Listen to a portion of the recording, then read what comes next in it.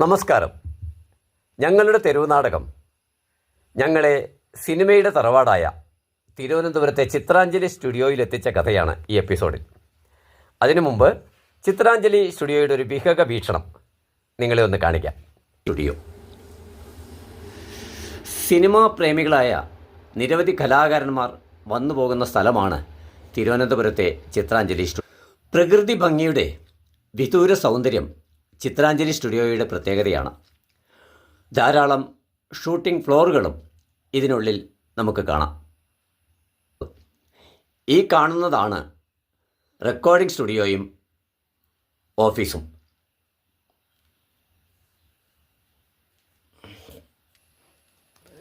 എന്നുവെച്ചാൽ രക്ഷപ്പെടുന്നതുവരെ എല്ലാ രാഷ്ട്രീയക്കാരും തുടക്കത്തിൽ ചെയ്യുന്ന ചില കലാപരിപാടികൾ ഞങ്ങളും ചെയ്യുന്ന ആ കാലം.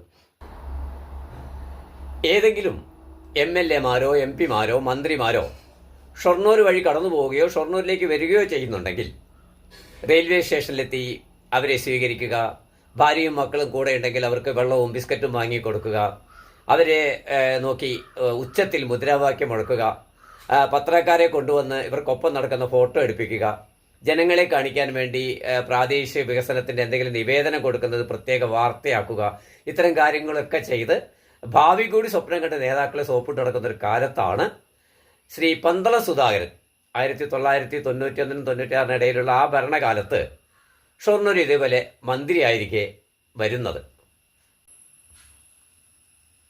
ഷൊർണൂരിലെ റെസ്റ്റ് ഹൗസിൽ നേതാക്കളെല്ലാം ഇടിച്ചു കയറി സീറ്റുകളെല്ലാം കൈവശപ്പെടുത്തിയതിനാൽ ഞാനും സതീശനും വിനീത വിധേയരായി ഒരു മൂലയിൽ ഓച്ചാനിച്ച് നിൽക്കുന്ന ആ യൗവനകാലം. പണമില്ലായ്മയും ഭാവിയെക്കുറിച്ച് യാതൊരു പ്രതീക്ഷയുമില്ലാത്തൊരു കാലഘട്ടമായതുകൊണ്ട് മന്ത്രിയെ അല്പം അസൂയയോടുകൂടി നോക്കിയിട്ടുള്ള മുഖം ഭംഗിയാണ് ഞങ്ങളവിടെ നിൽക്കുന്നത്. ഈ സമയത്താണ് ഒരവസരം വീട് കിട്ടുന്നത്. ഒരു നേതാവ് പരിചയപ്പെടുത്തി, യൂത്തന്മാരാ, തെരുവ് നാടകവും പാട്ടും കൂത്തൊക്കെ അവരുടെ പരിപാടി. ഇത് കേട്ടപ്പോൾ പന്തളസുകാരെ സൂക്ഷിച്ചെന്ന് ഞങ്ങളെ നോക്കി. ഓഹാ, കലാകാരന്മാരാണോ? ഒരു ഉൾവിളി എന്നോണം കിട്ടിയ ചാൻസിൽ ഞാൻ വെച്ച് കാച്ചി. സുധാകരൻ സാറ് സിനിമയ്ക്കൊക്കെ പാട്ട് എഴുതിയെന്ന് കേട്ടിട്ടുണ്ട്. എന്നെയും സതീശനെയും ഒന്ന് സിനിമാ രംഗത്തേക്ക് കയറ്റിവിടാൻ വല്ല രക്ഷയുണ്ടോ? എല്ലാവരും കൂട്ടച്ചിരി. പന്തളം സുധാകരനും ചിരിയാണ്. കാരണം രാഷ്ട്രീയ വേദിയിലാണ് സിനിമയിൽ ചാൻസ് വഹിക്കുന്നത് രണ്ടുപേര്.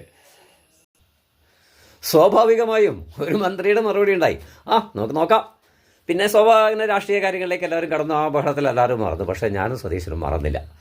ഞങ്ങൾ അടുത്ത വർക്കിംഗ് ഡേ തന്നെ ഷൊർണൂരിൽ നിന്ന് ഏതോ കടയിൽ നിന്നാണ് 1000 രൂപ കടമൊക്കെ വാങ്ങി ഞാനും സതീശനും തിരുവനന്തപുരത്തേക്ക് ഒരു ഓർഡിനറി വണ്ടിയിൽ കയറിപ്പോയി. മന്ത്രി രാവിലെ നൂറുകണക്കിന് ആളുകളുടെ നിവേദനങ്ങളൊക്കെ കാത്തു നിൽക്കുന്നതിനിടയിൽ മന്ത്രി രാവിലെ അദ്ദേഹത്തിൻ്റെ മന്ത്രിമന്ദിരത്തിലേക്ക് വാതിൽ കടന്ന് പുറത്തേക്ക് വന്നപ്പോൾ ഈ കൂട്ടത്തിൽ നിൽക്കുന്നു വിജയനും സതീശനും. പെട്ടെന്നുള്ള കൗതുകം കൊണ്ട് അദ്ദേഹം എന്താണ് സയാമീസ്, അന്ന് ഷൊർണൂരും ചിലവരങ്ങനെ ഞങ്ങളെ വിളിക്കും സയാമീസ് ഇരട്ടകളൊക്കെ കളിയാക്കുന്ന ഒരു കാലമാണ്.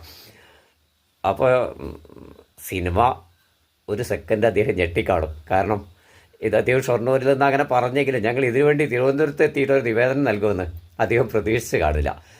പിന്നെ എന്ത് ചെയ്യും? അപ്പോൾ ആളുകൾ അത്ഭുതത്തോട് നോക്കുകയാണ്. ഞങ്ങളങ്ങനെ സയാമീസ് എന്നൊക്കെ വിളിക്കുന്ന ഇത്ര ആത്മബന്ധമുള്ള രണ്ടുപേരല്ലേ.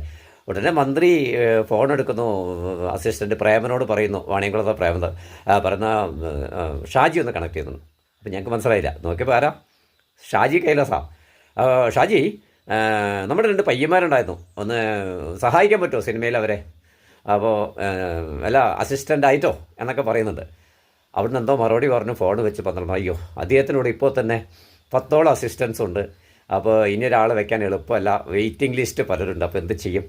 അപ്പോൾ ഞങ്ങൾ അതിനേക്കാൾ വിഷമത്തിലായി, വേറെ ആരെയും ഞാൻ വിളിക്കും. ഇങ്ങനെയൊക്കെ ഉദ്യോഗം. അപ്പോൾ ആളുകൾ ഇങ്ങനെ നിവേദനമൊക്കെ നിൽക്കുന്നുണ്ട്. അതിൻ്റെ ഇടയിലാണ് ഞങ്ങളുടെ കളി. പെട്ടെന്ന് അദ്ദേഹം പ്രേമനോട് വീണ്ടും പറഞ്ഞു, വിജയൻ, ഞാൻ നിങ്ങളെ ശ്രദ്ധിക്കുന്നത്, നിങ്ങളുടെ ശബ്ദം നല്ല ശബ്ദമാണ്. ഈ ശബ്ദം ഡബ്ബിങ്ങിന് പറ്റുമല്ലോ. അദ്ദേഹം ഒരു പക്ഷേ എവിടേക്കെങ്കിലും എന്നെ ഒന്ന് കൊണ്ടുപോയി സിനിമയിലാക്കി തന്നാൽ മതി എന്ന് വെച്ചിട്ട് പറഞ്ഞാവുമെന്ന് വിചാരിക്കുന്നു. ഒരു കോമഡി പോലെ കണ്ടാൽ മതി. ഞാൻ ചിത്രാഞ്ജലി സ്റ്റുഡിയോ ഇർഷാദ് ഹുസൈൻ എഞ്ചിനീയറുണ്ട്, സൗണ്ട് എഞ്ചിനീയർ, എനിക്ക് നല്ല ബന്ധമുണ്ട്. അപ്പോൾ പ്രേമൻ ഒന്ന് ഇർഷാദ് ഹുസൈൻ, അങ്ങനെ ഇർഷാദ് ഹുസൈനെ വിളിക്കുന്നു. അതെ, എൻ്റെ 2 പയ്യന്മാരെ കണ്ട് വരും, ഡബ്ബിങ്ങിന് വല്ല ചാൻസൊക്കെ ഉണ്ടെങ്കിൽ ഒന്ന് കൊടുക്കണേ, നമുക്ക് വേണ്ടപ്പെട്ട പിള്ളേരാണേ എന്ന് പറഞ്ഞ് ഫോൺ വെച്ചു. ഞങ്ങളോട് ഈ കാര്യം പറഞ്ഞു. ഞങ്ങളെ ശരിക്കും പറഞ്ഞാൽ അവിടെ ഒഴിവാക്കി. കാരണം ആളുകൾ അത്രയും കൂടി നിൽക്കല്ലേ.